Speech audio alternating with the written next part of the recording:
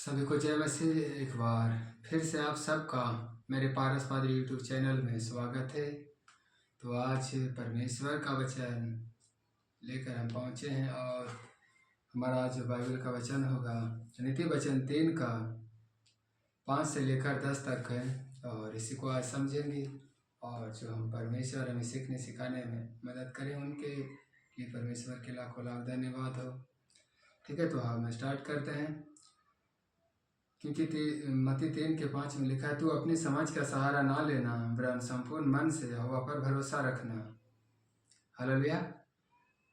Bible कहती है कि तू अपनी समझ के सहारा ना लेना वरन संपूर्ण मन से यहोवा पर भरोसा रखना।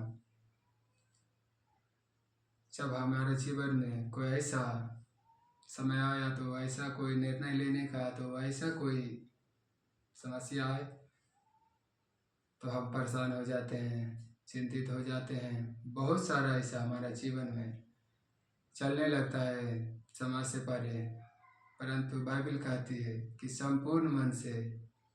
संपूर्ण मन के मतलब है कि हमें पूरा मन से, ना कि इधर सोचना ना उधर सोचना, पूरे मन से परमेश्वर पे भरोसा रखना है और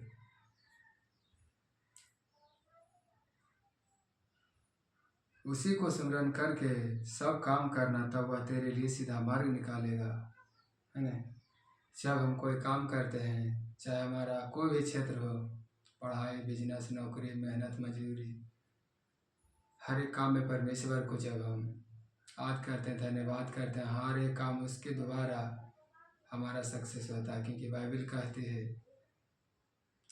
कि उसी को स्मरण करके सब काम करना, है ना। ऐसा नहीं कि इस बाइबल में कहा गया कि सिर्फ ये काम हो काम, या तो 2-4 ही काम होंगे तुम्हारे, नहीं। इसमें परमेश्वर का जो वचन है, बाइबल कहती है कि तुम्हारे सब काम, यानी कि जितना सारा आपका जीवन में काम है, उन सब को प्रभु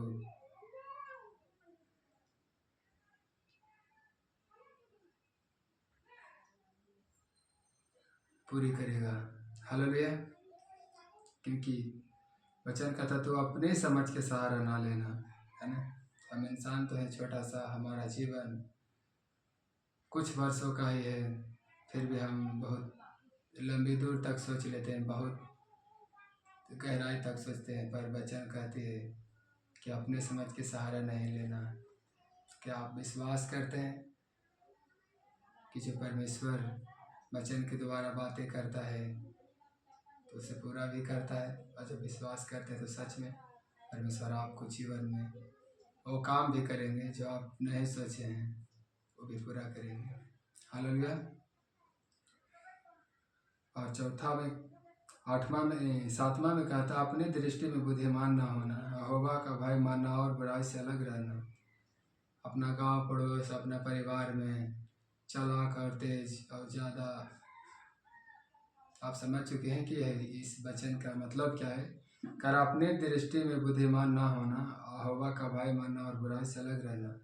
क्योंकि संसार को जो बुद्धिमान होता है, चालाक होता है, चतुर होता है, पता है कि कैसा होता है। इसलिए नीचे भी लिख दिया है कि यहोवा का भय मानना और बुराई से दूर रहना। क्योंकि जो ज़्यादा तेज और चालाक रहता है तो शायद उसके अंदर ये चीज़ पाया तो जाता है नहीं, परंतु हमें लगता है कि संसार में जब रहने के बाद ये चीज़ होता है। इसलिए वचन में ऊपर तो अच्छा लिखा है, पर नीचे में सावधानी है कि अपने दृष्टि में बुद्धिमान ना होना, यहोवा का भय मानना और बुराई से अलग रहना। चाहे आपके पास कितने बुद्धि, ज्ञान, ताकत, पैसा, धन दौलत हो, फिर भी परमेश्वर के नज़र में आपको नम्र रहना है। और नीचे कहा गया है कि यहोवा का भय मानना और बुराई से अलग रहना। सच में आपके पास ताकत है, पैसा है, घर है, गाड़ी है, बुद्धि भी है, संपत्ति भी है, और आपका जीवन में परमेश्वर का भय नहीं है, तो शायद वो सब बेकार है। इसलिए बाइबल कहते हैं कि बुराई से भी अलग रहना है। क्योंकि जब आपका हर एक चीज़ सही है और आपके जीवन में छोटी सी भी कुछ बुराई है, तो शायद परमेश्वर की नज़र में गलत है। तो इनसे परमेश्वर कहते हैं कि बुराई से अलग रहो। हालेलुया। और 8वां कहता है, ऐसा करने से तेरी शरीर भला चंगा और तेरी हड्डियां पुष्ट रहेगी। हालेलुया। परमेश्वर का वचन कहता है, नीति वचन कि ऐसा करने से तेरा शरीर भला चंगा और तेरी हड्डियाँ पुष्ट रहेंगी। यानी जब हम उनके भाई मानते हैं और पूरा उन पे भरोसा रखते हैं अपने पूरे तन मन से और अपना समाज का सहारा नहीं लेते हैं, तो क्या है, परमेश्वर हमारे लिए रास्ता खोलता है, हमारी ज़रूरतों को पूरा करता है। और कहता कि भला चंगा और तेरी हड्डियाँ पुष्ट रहें कि हमारी हड्डियाँ, जब हम उनकी आज्ञाओं को मानेंगे, उनके भाई रखेंगे जभी, नहीं तो हमारी हड्डियाँ पता है ना शैतान तोड़ सकता है किसी भी दुर्घटना के द्वारा। और जब हम परमेश्वर को भाई मानेंगे तो बाइबल भी कहते कि तेरी हड्डियाँ और तेरा शरीर भला चंगा रहेगा। हालेलुया। और 9 कहती है 9 वचन में कि अपनी संपत्ति के द्वारा और अपनी भूमि की सारी पहली उपज के देकर यहोवा की प्रतिष्ठा करना है। आप चाहे कोई भी बिजनेस, रोजगार, मेहनत मजदूरी करते हैं, किसानी करते हैं, आप कुछ भी, लेकिन बाइबल कहते हैं अपनी संपत्ति के द्वारा और अपनी भूमि की सारी उपज पहली उपज देकर यहोवा की प्रतिष्ठा करना है ना, जो बाइबल बताती है। इसका मतलब ये है कि जो आपने कुछ धन कमाए हैं, कुछ भी आप मेहनत मजदूरी, उसमें से परमेश्वर को भी आप सबसे पहले निकालें और उसके भेंट के लिए अलग रखें, है ना। इसलिए कहा था कि भूमि की सारी पहली उपज, है ना, ऐसा नहीं कि आप ख़त्म कर दें, खा लें, उसके बाद उसी में से साइड करें, नहीं। अगर साइड नहीं किए, हटाएं भी नहीं, लेकिन आप पैसा आने के साथ ही सोच लिए कि परमेश्वर के लिए हमें इसमें से रखना है, तो उसी समय में सोच ले कि आप परमेश्वर के लिए उनकी बातों को, जो आपके जीवन में भय है, आप मन में ठान लिए कि इसमें परमेश्वर का भी हिस्सा है, तो सच में परमेश्वर आपसे खुश होगा। हालेलुया। और 10 में कहता है कि इस प्रकार तेरे खाते भरे पूरे होंगे और तेरे सरकुंडों से नया दाख मधु उमड़ता रहेगा। हालेलुया।